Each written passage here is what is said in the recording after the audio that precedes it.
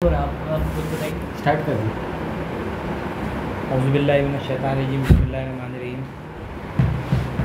हम लोग अल्हम्दुलिल्लाह काफ़ी दिन से क्लास कर रहे हैं। रमज़ान का बाद से हम लोग शुरू किए थे और रमज़ान में शुरू किए थे और मुहर्रम का महीना में हम लोग हैं, तो करीब 3.5 महीना आप उसको पकड़ सकते हैं। 3.5 नहीं, 4.5 महीना आप उसको पकड़ सकते हैं। ऑलमोस्ट एक क्वार्टर जो होता है हम लोग कंप्लीट किया है। जिस तरह से एहतशाम भाई बताएं कि सूरह काफ से हम लोग जो आखिरी मंजिल है कुरान का, या उसको 7th पार्ट आप बोल सकते हैं कुरान का, वो हम लोग शुरू करेंगे। तो सूरह काफ से शुरुआत है इसका और सूरह नास में ख़त्म है। सूरह काफ से सूरह नास का बीच में जो सूरा आएगा वो 28वां पारा और 29वां पारा और फिर 30वां पारा। अक्सरियत जब आप मस्जिद में नमाज़ पढ़ने जाइएगा तो फजर में, मगरिब में, इशा में यही सब सूरत का जो है पढ़ाई होता है, और सूरह तरावी में भी जो पढ़ाई होता है वो यही सूरा का पढ़ाई होता है। इसके अलावा अब दौर कम हो गया, लेकिन तो हम लोग कुरान पढ़ा तो कुरान शुरू करने से पहले अम्मा पारा पढ़ाया था, तो अम्मा पारा भी हम लोग सब पढ़ा है। तो ये सूरा से हम लोग बहुत फेमिलियर है, जानते हैं सूरा का नाम, जानते हैं सूरा का शुरुआत, जानते हैं सूरा को सुना है मस्जिद में, जुमा का दिन भी सुनते हैं। मगर अफसोस ये है कि समझ नहीं पाते, कनेक्ट नहीं कर पाते, ठीक है, और कनेक्ट नहीं करने का वजह से अमल नहीं कर पाते। तो कुरान को अल्लाह ताला जब वाज़े तौर पे अगर आप समझिए कि जो जिसका कलाम है वो उसका बारे में क्या बोलता है। जैसे दुनिया वाला तो बहुत कुछ बोलता है कि बहुत डिफ़िकल्ट किताब है, उलमा के साथ बैठ के पढ़ने से पढ़ सकते हैं, अकेला में नहीं पढ़ सकते, समझ में नहीं आता है, ये होता है, वो होता है, या फला फला बहुत तरह का बात है। तो अल्लाह ताला सूरह कमर में बोलते हैं कि इन्ना नहनु नज़्ज़लना ज़िक्रा व इन्ना लहू लहाफ़िज़ून। सूरह हिज्र में ये और कि हमने इस ज़िक्र को नाजिल किया और हम ही इसका हिफाजत करेंगे। वो सूरह कमर में है, वलक़द यस्सरनल कुरान उसमें आ रहे। सॉरी। तो अल्लाह जब कुछ ज़िक्र को नाजिल किए और उसका हिफाजत करने का ज़िम्मेदारी लिए, तो हिफाजत सिर्फ ये नहीं है कि वो अपना जगह किताब में जमा रहेगा, हिफाजत ये भी है कि जो उसका तरफ कोशिश करेगा वो उसका सीना में भी उतरेगा, उसका लाइफ में भी उतरेगा। जैसे बहुत उलमा का कौल है और प्रोफेसर अहमद साहब का भी तकरीर में हम लोग सुना है कि कुरान जब किसी के अंदर आ जाता है तो उसके अंदर एक रेवोल्यूशन लाता है, तो इंसान फिर वैसा इंसान नहीं रहता जो वो हुआ करता था। कुछ भी चेंजेस उसके अंदर आएगा और वो प्लस का चेंजेस आएगा, यानी अगर वो माइनस में था अपना लाइफ में तो प्लस का तरफ बढ़ के ज़ीरो में आएगा, अगर ज़ीरो में था तो फिर पॉइंट प्लस प्लस बढ़ते बढ़ते आगे जाएगा। तो कुछ चेंजेस उसके अंदर आएगा।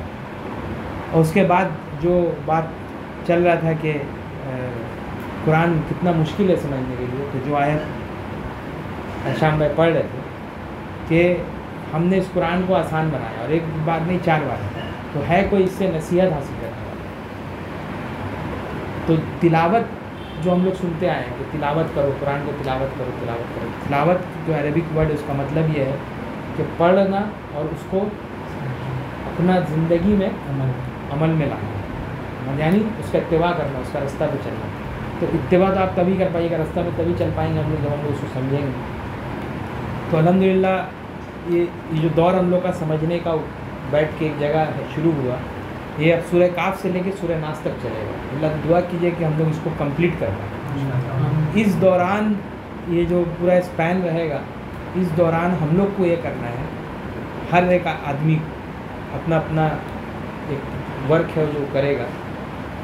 वो वर्क उसका ये रहेगा कि क्लास में जो सूरा पढ़ाई हुआ उसका बीच में जो आयत है, यानी मान लीजिए आपका 10 आयत पढ़ाई हुआ, तो वो कौन सा आयत था जो आपको सबसे ज़्यादा हिट किया, आपको सबसे ज़्यादा बेहतरीन लगा, अच्छा लगा, और उस आयत को आप रेट्रोस्पेक्ट किए अपना ज़िंदगी में कि ऐसा मेरे साथ हुआ था, या ऐसा होता हुआ आया है, या एक मोहब्बत हुआ उस आयत से, उसको आप अपना नोट पैड में लिखिए, जमा कीजिए।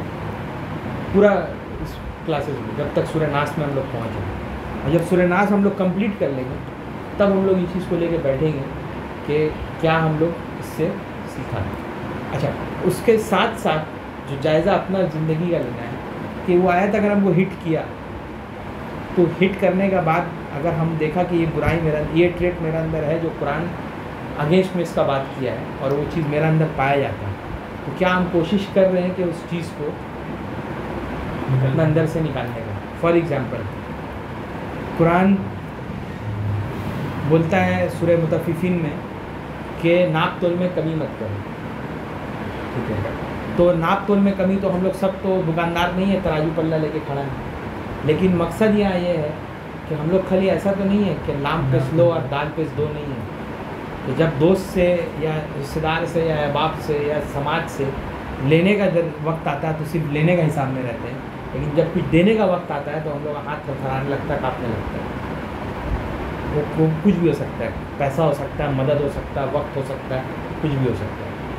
तो इस तरह से रेट्रोस्पेक्ट करेंगे। ये एक एक्टिविटी है करने के लिए, ताकि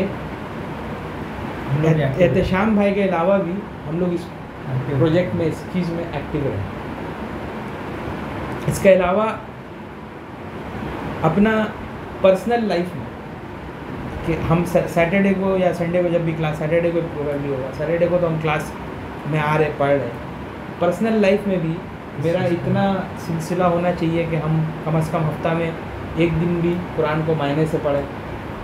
और उसका शुरुआत हम ऐसे करें कि 114 सूरा है, तो 114 सूरा का जो क्रोनोलॉजी है, यानी वो किस तरह से आया हुआ है, हम लोग किसी को सही से नहीं पता है। अगर हम लोग शुरू करेंगे फातिहा, बकरा, आल इमरान, मायदा, देखो हम निसा भूल गए, आल इमरान का बात तो निसा भूल गए, तो सब उसको उस तरह से पढ़ना, छोटा मोटा कोई तर्जुमा का किताब पढ़ना, और उसमें जो नहीं समझ में आए तो जो हम लोग को पढ़ा रहा है उससे फिर मिल के उससे पूछना कि भाई हम ये चीज़ पढ़ा था, समझ में नहीं आया, थोड़ा सा बता सकते हैं। तो ये होगा कि भाई जो अगला अपना वक्त लगा रहा, क्योंकि अगर आपको लग रहा है कि उसको सब कुछ याद है तो ऐसा नहीं है, वो भी अपना दिन का 2 घंटा 2.5 घंटा अपना वक्त दे रहा है, पढ़ रहा है, फिर आगे यहाँ पढ़ा रहा है। तो अगर वो देखेगा कि यहाँ से कोई कुछ उठा ही नहीं रहा है, ठीक है, तो फिर उसका भी वक्त लगाना, ठीक है, उसका तो हिदायत होगा लेकिन हम लोग का कुछ नहीं होगा। तो उसका मेहनत का इज़्ज़त रखने के लिए भी ये चीज़ हम लोग करें।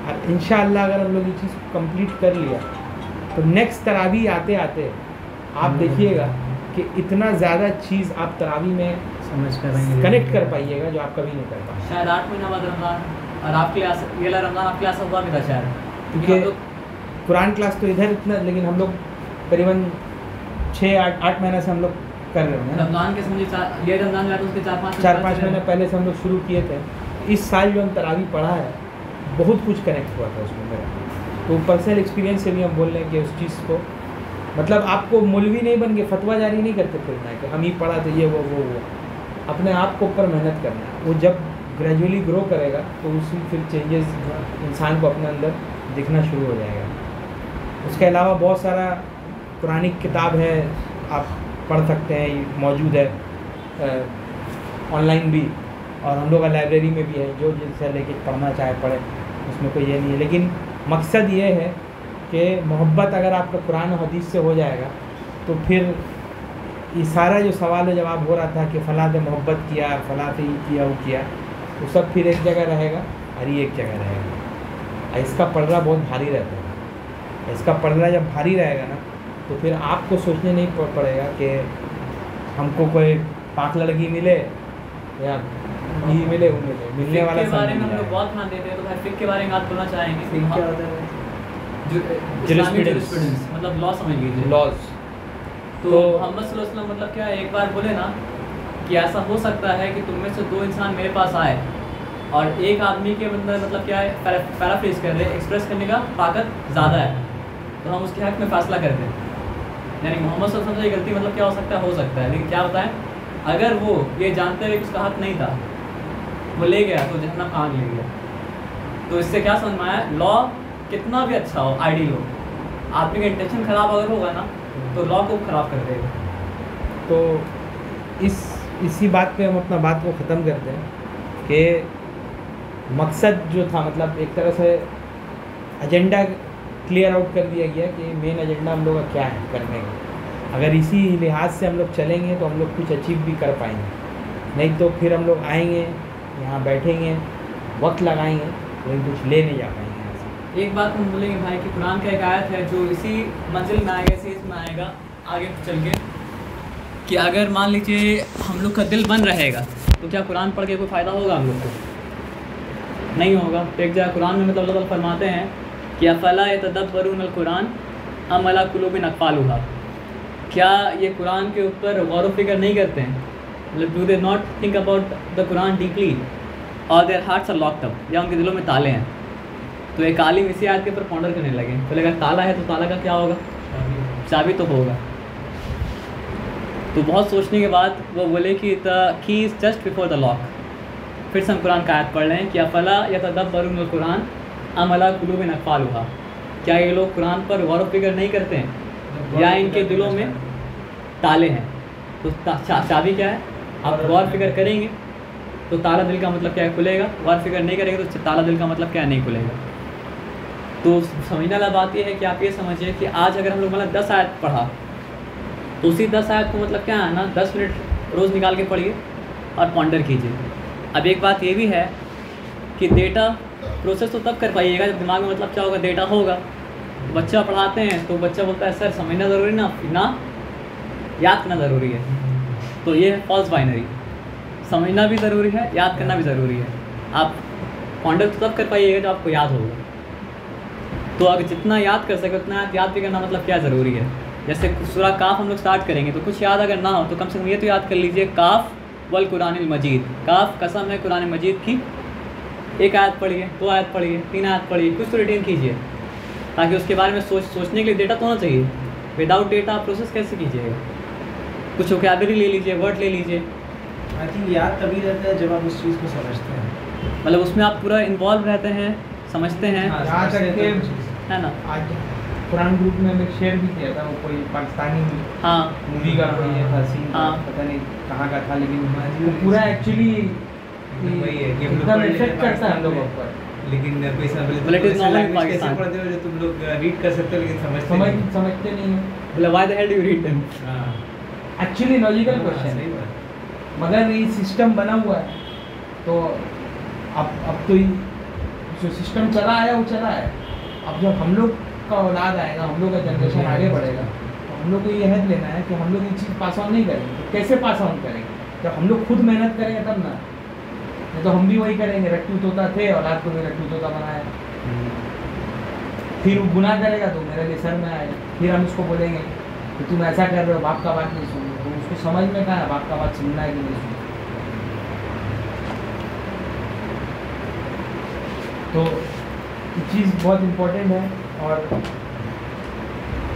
एक बात और है कि भाई एक ग्रुप बना है, HST वाला लोग मिल के बनाए और बहुत सारा आदमी लोग उसमें VR1 फजर ग्रुप है।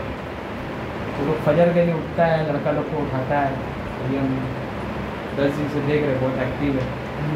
तो फ़ोन करता है, ठीक है, और मस्जिद में भी जाता है, मस्जिद का अपडेट भी देता है कि ये मस्जिद में 2 सफ़ हुआ, ये मस्जिद में 1 सफ़ हुआ। तो अगर कोई ज्वाइन करना चाहे, किसी का फजर छूट रहा है तो ज्वाइन कर सकता है उसको। और अगर कोई वॉलंटियर करेगा कि भाई हम उठाएंगे, तो वो लोग देखो ऐसा वो पर्टिकुलर ग्रुप उसमें बहुत आदमी लोग हैं कि हम उठाएंगे, वो उठा भी सकता है। तो ये एक चीज़ है, नेकी का काम, बहुत बड़ा नेकी का काम कर रहा है।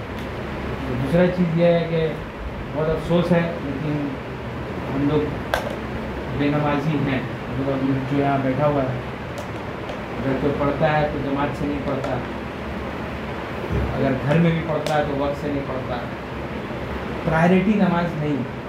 तो रसूलुल्लाह सल्लल्लाहु अलैहि वसल्लम का एक हदीस है कि 7 साल से ऊपर का कोई भी बालिग घर में मौजूद है और अगर वो नमाज नहीं पढ़ता है तो उसका नहुसत जो है पूरा घर पे रहता है।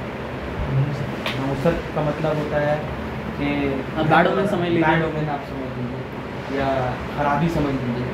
तो सबका घर में देखिए, अगर आप जाइएगा तो कोई ना कोई प्रॉब्लम है, या लोग बीमार है, या कारोबारी मसला तो परेशान है, ये इससे प्रॉब्लम है, उससे प्रॉब्लम है, कुछ ना कुछ है।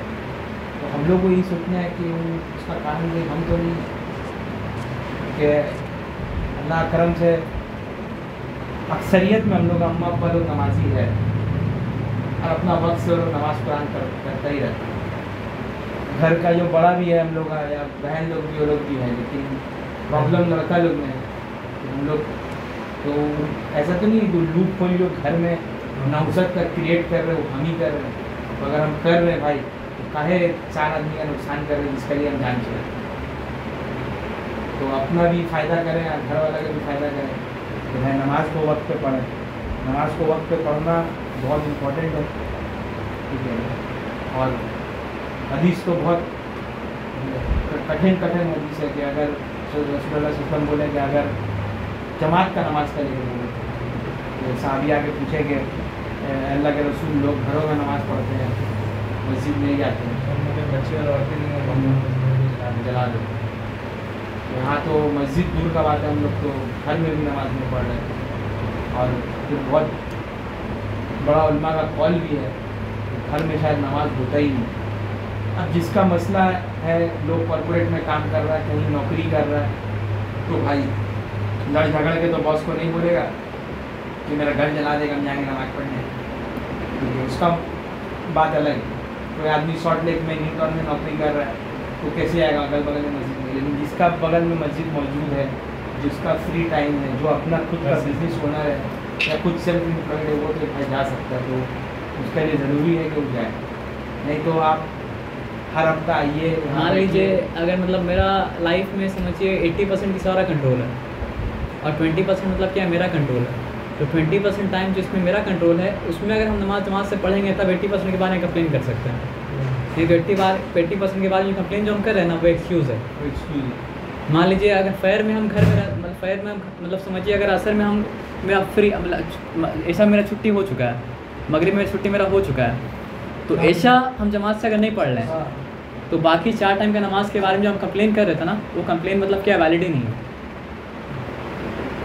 तो जो टाइम आपके हाथ में है वो टाइम को मतलब क्या है आप मतलब क्या इस्टेब्लिश कीजिए, उसके बाद बाकी कंप्लेन आप कीजिएगा। और कंप्लेन की ज़रूरत भी नहीं पड़ेगा भाई, आप अगर वहाँ पे ईमानदारी से ऑनेस्टी सिंसियरिटी से मतलब क्या है ना अदा कीजिएगा ना, तो अल्लाह ताला आपको कोई ऐसा काम भी दिला सकते हैं ऑफिस में आते कि आपका नमाज मतलब क्या है कायम हो। ऑफिस में तो जिसका पास फरागत है कोशिश करे कि मस्जिद में नमाज अदा करे, जिसका पास नहीं है, कॉर्पोरेट का नौकरी है या कहीं ऐसा जगह नौकरी है जहाँ पर मुस्लिम नहीं है, तो भाई आपको वक्त निकालिए और नमाज को अदा कीजिए। नहीं तो वही होगा, हर शनिचर को हम लोग आएंगे, यहाँ बैठेंगे, वक्त लगाएंगे, चाहे सुट्टा लगेगा यहाँ बैठे, लेकिन अगर नमाज नहीं पढ़ रहे तो फिर भाई हम क्या सीख रहे कुरान से। तो कुरान क्लास का कोई प्रैक्टिकल मायने नहीं बने। और जहाँ तक बात आता है कि आदमी बोलता है कि हम तो भाई बहुत गुनाह किया है, हम कैसी करके अभी नमाज शुरू कर रहे हैं, तो तौबा का 2-3 वाक़या अभी शुरुआत में हम लोग सुन ही लिया, ठीक है। तो वैसा वैसा तौबा अगर अल्लाह कबूल करता है, अल्लाह तक ज़ात से तो उम्मीद है कि उतना 100 आदमी का नाम लोग मर्डर किया, 70 साल हम लोग उम्र है कि 70 साल गुनाह किया। तो अब इंसान का दिमाग करप्ट अगर होता है ना तो इंसान क्या कहता है इससे भी गलत मिसल लेता है। तो कोई सोचता है 70 साल के बाद वो तौबा किया, तो हम लोग के पास तो बहुत टाइम है। बहुत टाइम है। फिर अगर आप ये सोचते हैं जैसे देखिए उम्र हम लोग का सब, हर लड़का ऑलमोस्ट 30 टच कर रहा है, हम 30 क्रॉस कर लिया है, तो जिसका उम्र इतना हो चुका है वो अपना ऑलरेडी हाफ लाइफ जी चुका है।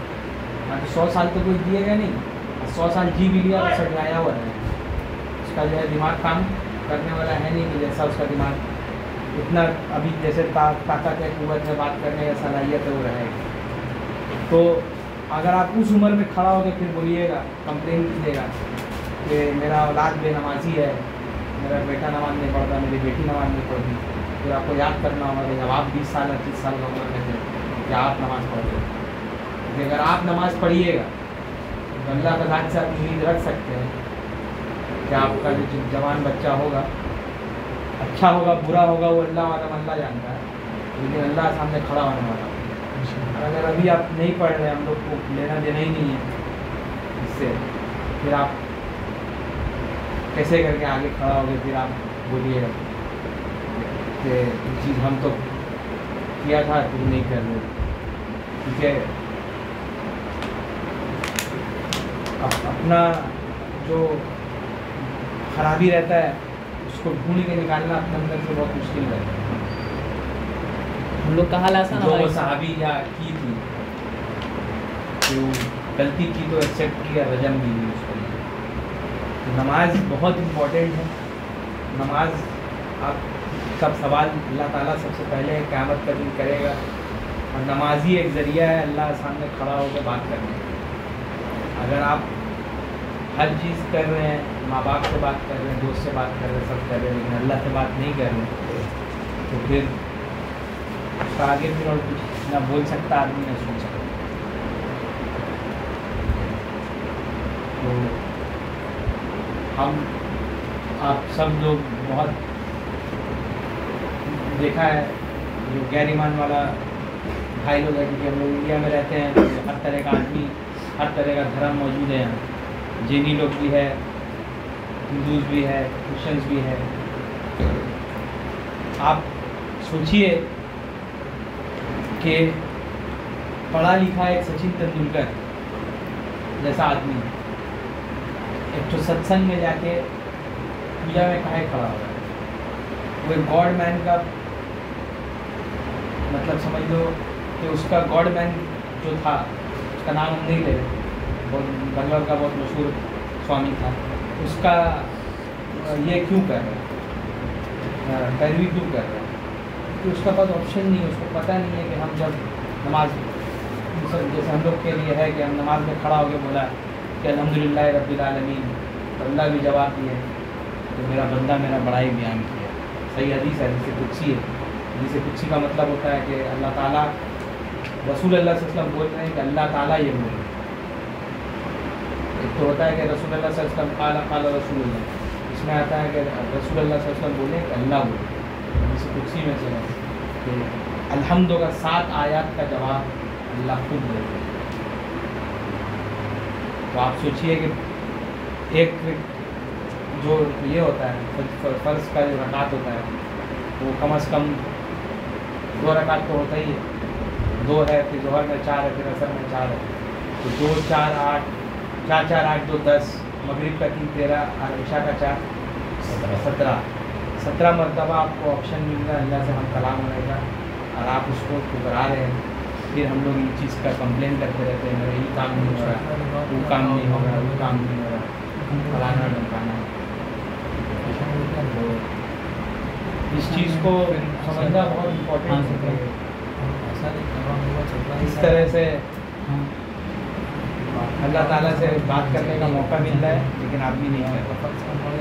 अच्छा भाई, कभी कभी किसी भी इंसान को कोई छोटा बड़ा कुछ भी आता है, ठीक है, तो बहुत बार इंसान उसको एक टेस्ट समझता है, और बहुत बार ऐसा समझता है कि मतलब हम कुछ गुनाह किए हैं, उसका मुसीबत एक तरीक़ा से हुआ है, ठीक है।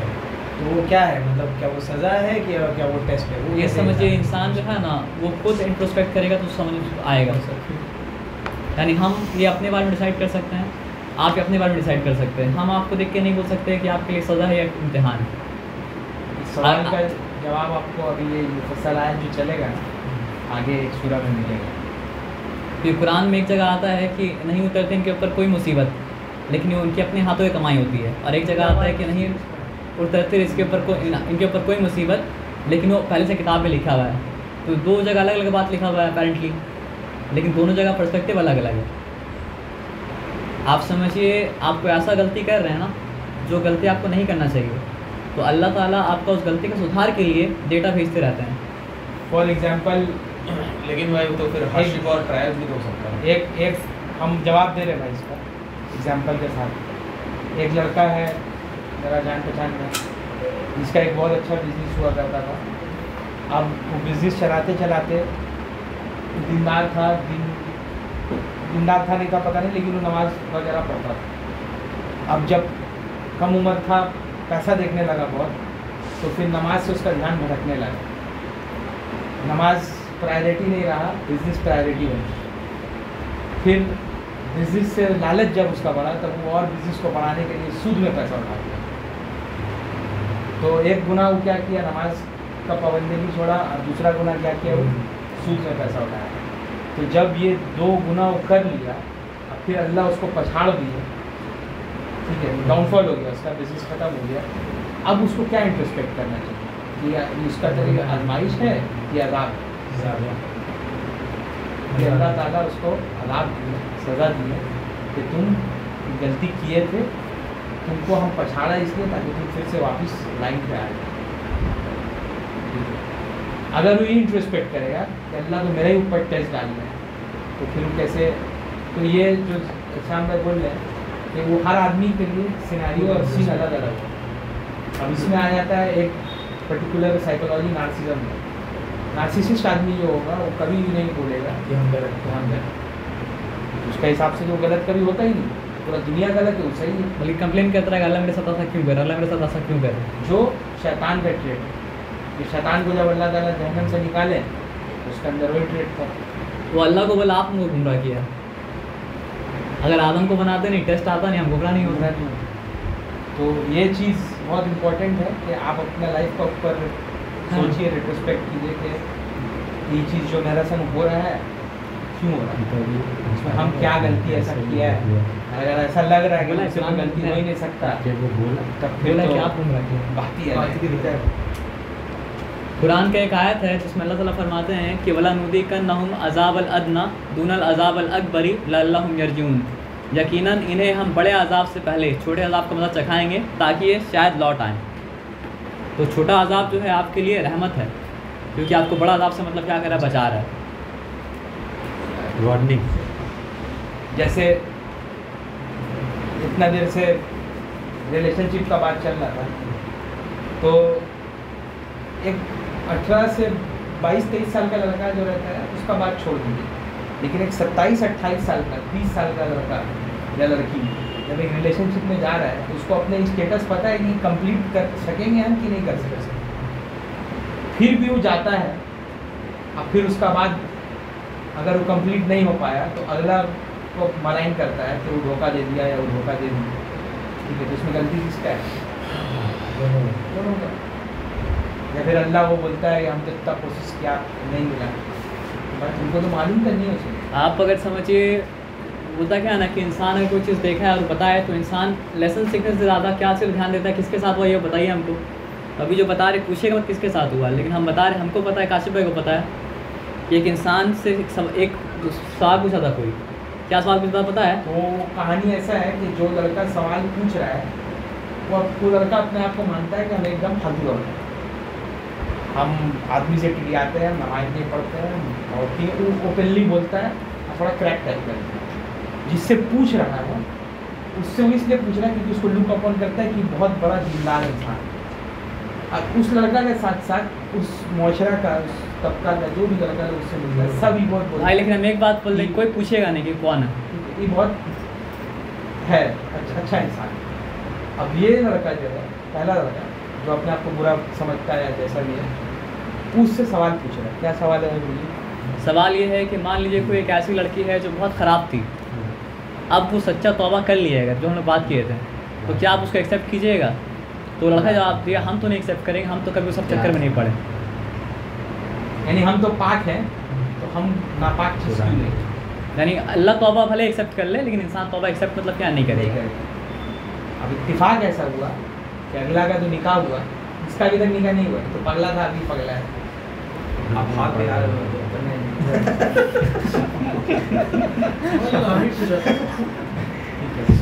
उनका निकाह हो गया, लेकिन इनसे निकाह हुआ वो वैसी ही है जिसका बारे में सवाल किया। जैसा सवाल पूछा गया था इस लड़की के बारे में वो वैसे ही लड़की ये है। जवाब कहाँ से आया? ये अल्लाह का तरफ से आया। मतलब वो निकाह किए, उनका शादी हो गया, तो वो बोले थे ना कि हम ऐसा लड़की से कभी शादी नहीं मतलब जैसा लड़की को लुक डाउन करते थे ना, लुक डाउन करते थे, वैसे ही लड़की से निकाह हुआ। लड़की से उनका निकाह हुआ। तो अल्लाह ताला क्या कि लेसन सिखाएं ताकि अपना अकीदा को ठीक कर लीजिए। तो दुनिया में जो भी चीज़ हम लोग के साथ होता है ना, यानी अल्लाह जिसका तौबा एक्सेप्ट कर रहा है आप इसका तौबा एक्सेप्ट कीजिए। उसका एक लेसन होता है। वो लेसन इसलिए होता है कि आप सही अकीदा लेके दुनिया से जाइए।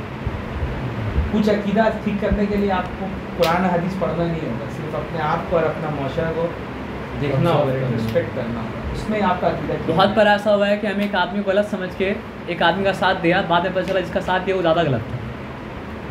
लेकिन कब समझ में आया? उस वक्त नहीं, जब बाद में मेरे साथ गलत किया तब। तो मेरे साथ वो क्यों गलत किया? ताकि हमको समझ में आए सही क्या गलत क्या है। तो ये अल्लाह का तरफ से आता है। देखिए अल्लाह अगर आपको नहीं दिखाता तो आप तो शैतान को फरिश्ता को शैतान समझ के जीते। तो अल्लाह ताला जितना चीज़ हम लोग के लिए कर दे रहे ना, उतना तो हम लोग खुद के लिए नहीं।